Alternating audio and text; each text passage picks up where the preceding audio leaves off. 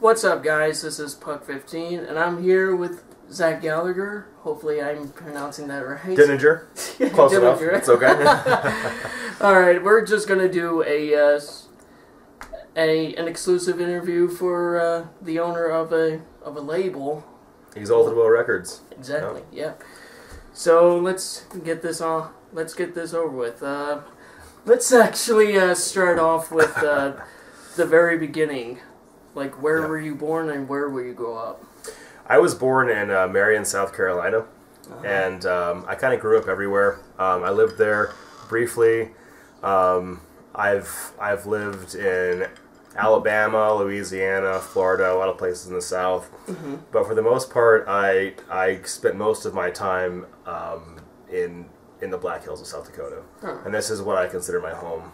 And so I do have a deep connection to the South, because that's where like all of my family's from. Yeah, yeah. But the Black Hills are definitely my home. Would you say that the Black Hills is just a beautiful place to live, or just a beautiful place in landscape? It is. It's incredible. It is insanely beautiful. I'm in Deadwood, which is like one of the most beautiful hill towns in my opinion. Yeah, yeah. And it's kind of, I think the Black Hills are kind of like an oasis within, you know, the South Dakota, North Dakota way. That area where it's a lot of prairie and like a lot of nothingness, and then there's like the Black Hills. Yeah.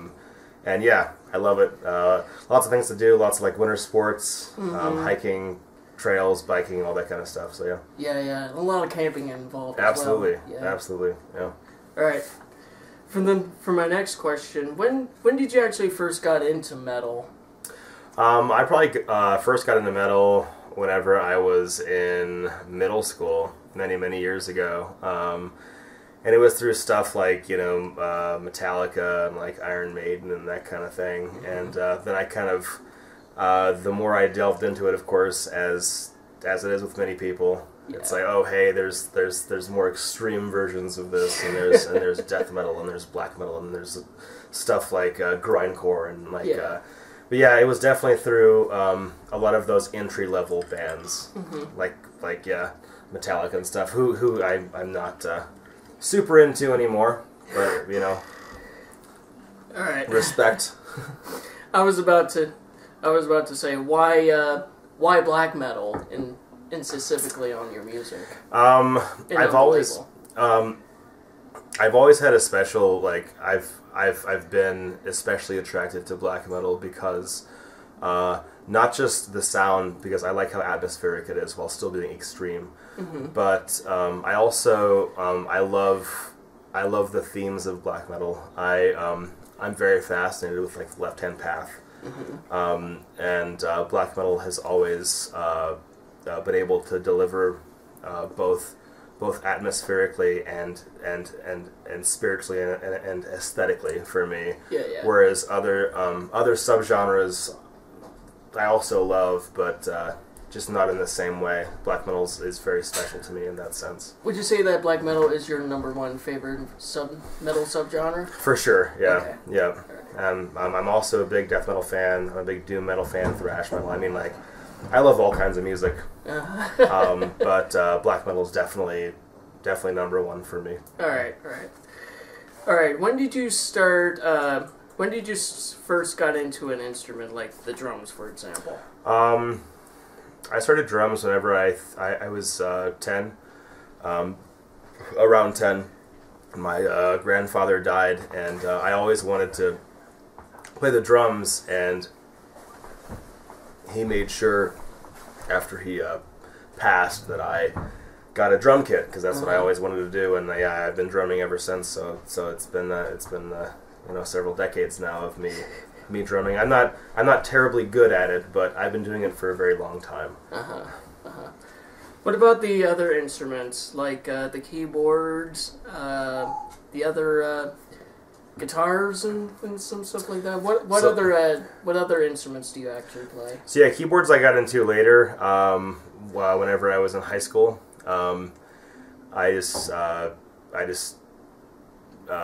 think I got a keyboard as a Christmas gift from one of my relatives. I just kind of picked it up, and I was super into it. And I was doing, you know, stuff like very like basic ambient tracks and stuff because I was very into stuff like Ildjarn and like Burzums and stuff like that. Then I started to get more into playing it as an instrument. And so yeah, it's been a long time for that as well. Drums and keyboards are pretty much all that I do aside from vocals. I never really messed with the guitar. I would still like to at some point. I'm still young enough to like pick it up, I think, and be okay. Yeah, I think that I'm definitely a percussionist at heart. Right. That's what I focus on. I see. Well, how did you actually first found the label? Exalted Records? I can't really... Exalted Woe? Yeah. Yeah, so it was almost 6 years ago now. It was in Florida. We lived in DeLand, Florida, which is near Orlando, in the Orlando area. Yeah. And I made a lot of contacts through either doing like engineering or just like being a fan and like talking to people or like playing in bands. And I decided that I wanted to do a label, and that was that. And yeah, that was almost 6 years ago. And from where we started to like where we are right now, it's been pretty incredible.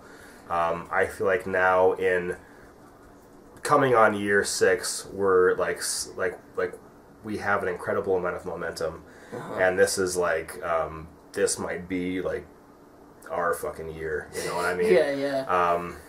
But yeah, we've gotten a lot of good attention. We've done a lot of cool things, worked with a lot of cool people and bands, and I think we're on the up and up, and it's been kind of an exponential growth, you know. Yeah. I also heard that you're a host of a festival. What was it? Stygian Rites. Stygian Rites Festival. How did that came about, or how did you start that festival out? So Exalted Woe was formed in Florida, and then shortly afterwards, one year afterwards almost, we moved back up to the Black Hills. Doing so, I met a lot of people here who are into the metal scene. One of which was one of my friends, Joe, who is no longer with us, with the label. Yeah. He's still alive. He's okay. But he was a local booker promoter here, and he approached me with the idea of doing a festival, and I was like, yeah, I was all about it. And we began with, I think it was something like 7 or 8 bands one day, mostly locals. It was more or less like a local show, and that was like Stygian Rites 1. Yeah. And then after that, we started to get bigger bands, and like bands from the region who were bigger, like Necrofilth. And then like last year, we had like Uada and like Fister, who I'm a huge fan of. And now we got Morbid Saint. And now, yeah, this year we have Morbid Saint, and we made, we were in a bit of like the metal press recently because one of our headliners dropped off because of Neckbeard Death Camp, which I'm sure a lot of people who are watching this are familiar with. Yeah. And that's something that like I'm not going to get into, but point being, we are definitely like, again, much like the label, it's been like an exponential like increase in how popular we are, like what caliber of bands we're able to work with and stuff like that. So I'm super excited about this year. It's going to be in June 7th and 8th at Kickstand's Campground, in case anyone's wondering or like doesn't know about it. And it's in South Dakota. It's in the Black Hills. It's going to be in Sturgis. We have Morbid Saint, we have Weaponizer, Necrofilth, like a lot of very fucking cool bands that you should absolutely check out. And another thing I just found out on the internet, the Neckbeard Death Camp has never been filmed live, actually. Yes, that's true. They didn't decide. Well, I approached Noah because I was super into what NBDC were doing. I wanted him to come play the festival, and that was like whenever I think they decided that they were going to play live. Yeah, yeah. And so I'm not sure. As of right now, I'm not sure if they have played live yet. Do you know? I know. Okay. They only played on a studio band. They it's just are been now studio. they're now known as a studio band, and now you actually approach them to see, hey, if your choice if you want to play live or not. Yeah. And are they okay filming of people filming them actually? I don't think that there's any reason they wouldn't be. Okay. I mean, yeah, I think right. that's probably totally cool with them. All right. Then for my next question, what was the early bands that you were in? Like the very first band that you were in, and what genre that they played, and when did you came in, when did you came out?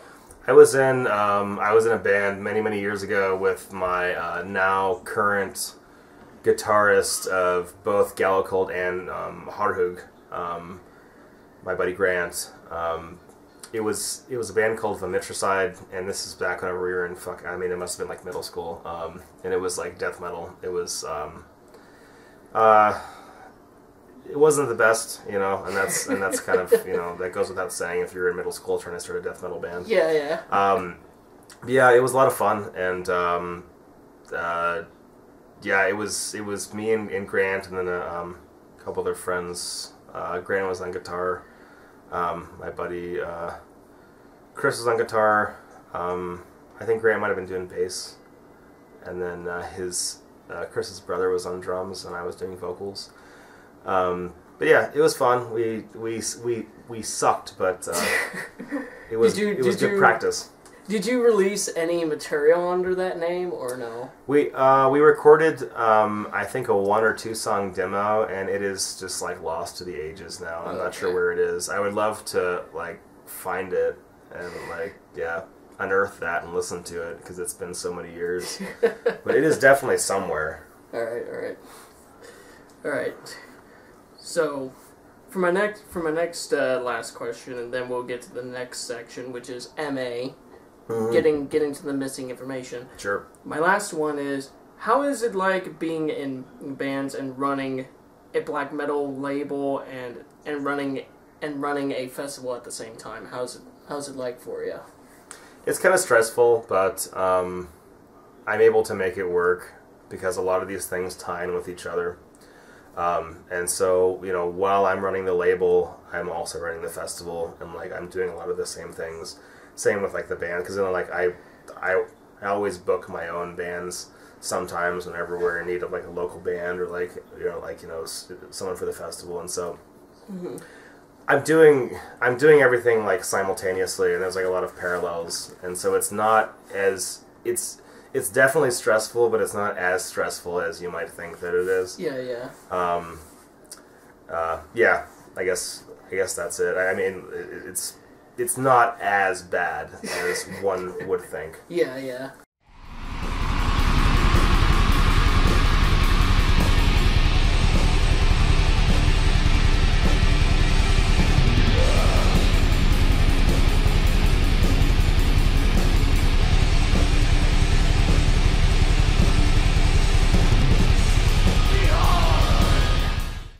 So now we're just going to go through the missing information about their bands, their dates and what is up to today and that sort of stuff. All right, I can see that the very first information that was missing is Harhook, yeah. When did you actually came into Harhook, and when did you actually leave, or are you actually still in there? I think that it's the official date of formation was I think 2014. Is that what it says there? Let me look. That would be accurate if it is. It's It says that the band was in 2014 to present. Yep. So I was there from the beginning, and I still remain. Okay. To present, okay. Yes. Yeah. Same thing with Rita. with Rinta, yep. Rinta and myself were both there from the very beginning. Okay. And what about the previous bands, like the previous members from past members to Steam to Blast to Erdita? So I'm gonna say Blotz was there from 2015 to 20. Take your time for this section. Take your time for this section. Actually, I think maybe 2014 to 2016 is appropriate. Okay. Stam was there for the same amount of time. Also Erda, and also Ahila. So like you can put all those as like 2014 to like 2016. Okay. They all departed at the same time. Alrighty. So now we got that band out of the way. The bands that are not even highlighted, also the dates are also missing from from the ones that are not highlighted, which I'll show you. When did each of these? I'll just show these from the screen from the later edits. Cool. When did each of these non-highlighted bands that you came in or came out? So a Concealed Sequence is a project that is like an electronica IDM project with my buddy Paul from the UK. That got started, I would say, in 2007. So that's been around for a long time. We're still doing it. So I would say 2007 is whenever that began. Eschatology, that's me and my friend Bradley from Eckelhoft from Colorado. That is still going. We started that probably 2 years ago now. I would say 2017. I would say probably 2017 is safe. Okay. To present. To present, yes. Gallo Cult, I would say that actually began in probably 2016 as me and Rinta from Harhug kind of like goofing around in the Celestial Waters basement. The Celestial Waters practice space afterwards. Right. So probably also 2016 to present. That's definitely still going. Okay. We're playing a lot of shows. And Ghost Stories. And Ghost Song Elegy is 2017 to present is definitely accurate. Okay. Yeah. Alrighty. And both Ghost Song and Concealed Sequence are like probably not appropriate for the archives because they're both non-metal bands, but that's why they're not highlighted. Right. They're not metal. For sure. Yeah. Okay, from the past bands that you were in, some of these were actually already added, and some of them were just not really in question marks. Like one of them is. Lifeless Dreams and Pale Illusions, that like atmospheric black metal band, I was in from 2012 to 2013. So it never reformed. So I'm not sure why it has the comma 2013 a question mark. It was 2012 to 2013. And that was the end of the band. Period. Right. Everything else looks accurate from what I'm seeing from like Cryptic Throne and Tower of Nihasa. Alrighty. Let me see if I can go to the band members itself. Well, the band itself from the thing. Yeah. And it looks like they got each member from 2012 to 2013, except for you, which is that you're actually RZ, and the M, which is your buddy. Would you say that they actually both broke up at the same time? That all the band members the band like dissolved at the in 2013. It was done. Yeah. Okay. Everyone left. All right, just clarifying that. Going back to that from lives. Okay, here we go. From the live performances that you are performing for the bands. There's one that is still in question mark, and there's one that is in present. And so Starless that. Night is done and it has been done since 2015. So Okay. Celestial Waters, I only played live drums for them in 2014. So you're no longer in that? yeah, Celestial Waters is done as a band, and so is Starless Night. Okay. Alrighty. And for guest sessions, I don't think that needs to be. Yeah, that's good. That's just perfect. And I did some engineering and some recording for yeah. a few bands. What about the bands that were in the current roster or in the past roster? I know that's a lot to take in. Sure. Yeah. Let me just see if that is all accurate though. But I don't know if you want your address on there and the phone number in there as well, because that's in NA. And for I'm gonna say no for that on the Okay. archives, just because people can find that. Just for private information. Okay. All right. So I'm just gonna show you what the bands that they actually have on there, and just to show you which ones is the current one, what you see is the current one, and the ones that are all in there. So I know the Tower of Nihas is done. All right. So I think the same goes for Solemn Curse.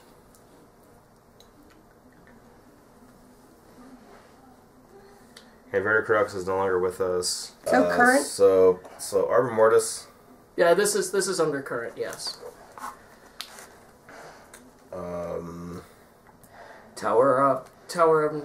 Fine Red Mist and Tower of Nihasa. Alright. And Inverted Crux.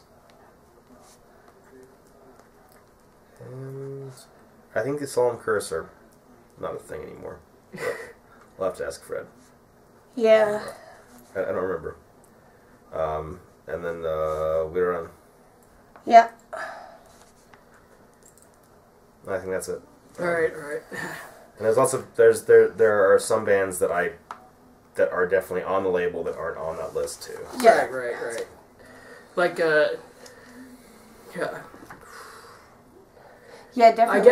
I guess we can just write down those bands that are not in there. For sure, yeah. Like that's a good start, and then and you know I can deliver you a list of bands later that are that should be updated as on the label. Yeah, sure.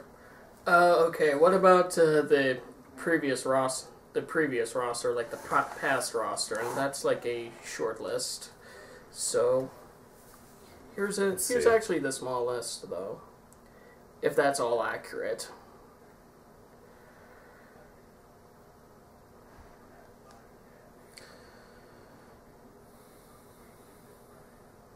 Pretty sure. I think that maybe. It looked like we had some kind of issue with the Depression guys, where like they like didn't receive their copies, and they had some kind of problem with that. Okay. And like we offered to send them more copies, but like they weren't about it. Mm-hmm. So Depression should not be on the list? I would say it shouldn't be on the list because like honestly, fuck those dudes. they're fucking nobodies, and like shots fired. Yeah, I mean, we wanted to help them out because they were doing a split with one of our friends, and they ended up having a big problem with it. I think from Italy. Right. But anyway. That was the only one. That's as far as I know. Yeah. Okay. All right. Let's see from previous releases. I don't think we need to do the releases, since I think just in case, because it's a very, very long list actually. Yeah, and this always happens. So the unofficial bootleg? Yeah. So there's this Solace Sinful Eternity Voices from the Abyss split, on cassette that never came out from us because things fell through. All right. And it's listed there as an unofficial an bootleg. unofficial bootleg whenever it was never even released by us. All right. So what is that? And I think someone like jumped the gun and like put it on the archives. Somebody before in the archives would I can just take care of the members by saying, hey, this shouldn't be on there. Somebody told me so. That'd be cool because that was never released and like it doesn't even exist.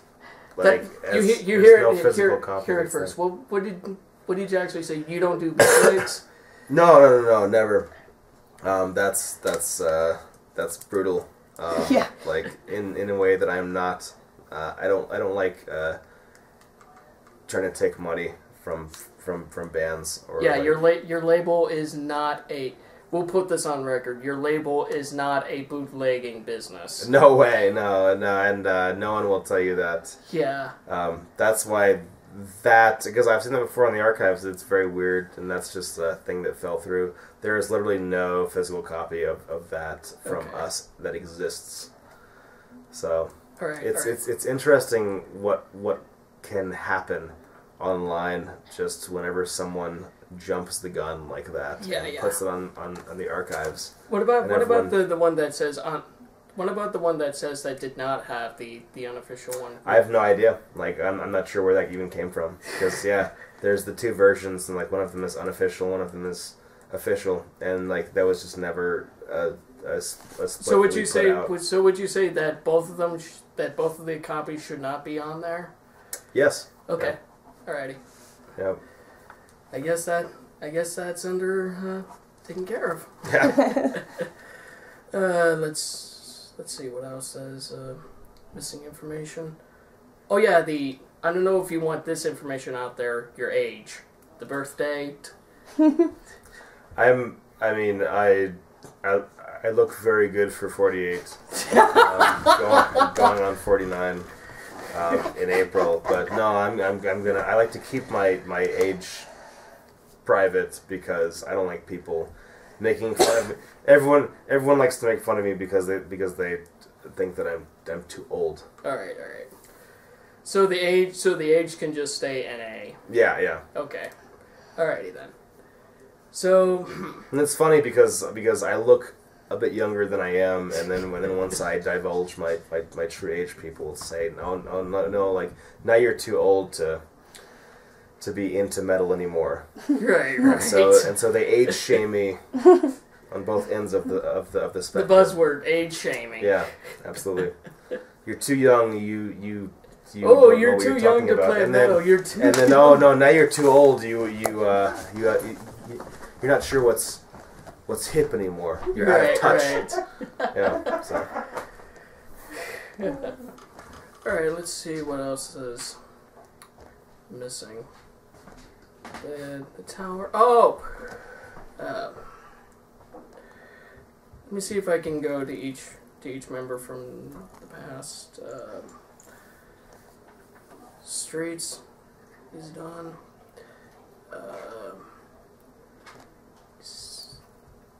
We already covered Hordog. Throne from each members. Oh, okay. Here's one information that I actually overlooked. Alaska Wolf's Blood.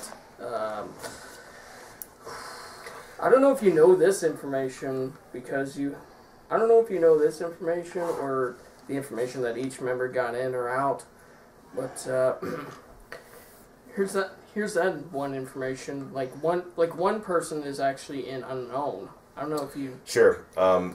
Yeah, Akasha. I am actually unsure of what her role was. Okay. I was present in Cryptic Throne for a very short amount of time, and she was some kind of like, from what I understand, her role was more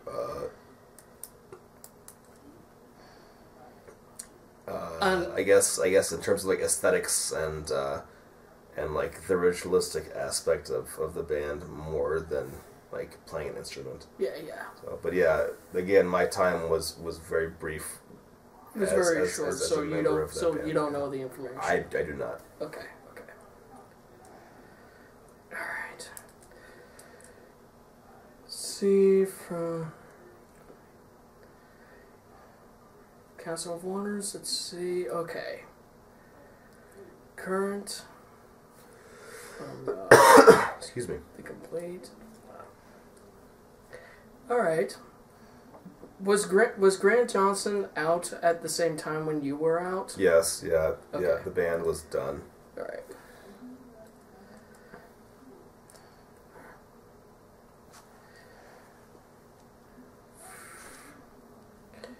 And let's see. I think I got all the information that I need off of this. Cool. I think we're done. So now I can safely say that I got all the information that I need out of him, and hopefully you guys enjoy these 2 sections of the interviews that I've done. And thank you, Zach, for doing this and taking the time for doing this as well. Thank you, man. Oh, you're welcome. It's been a pleasure. All right. That is it. Puck 15, out.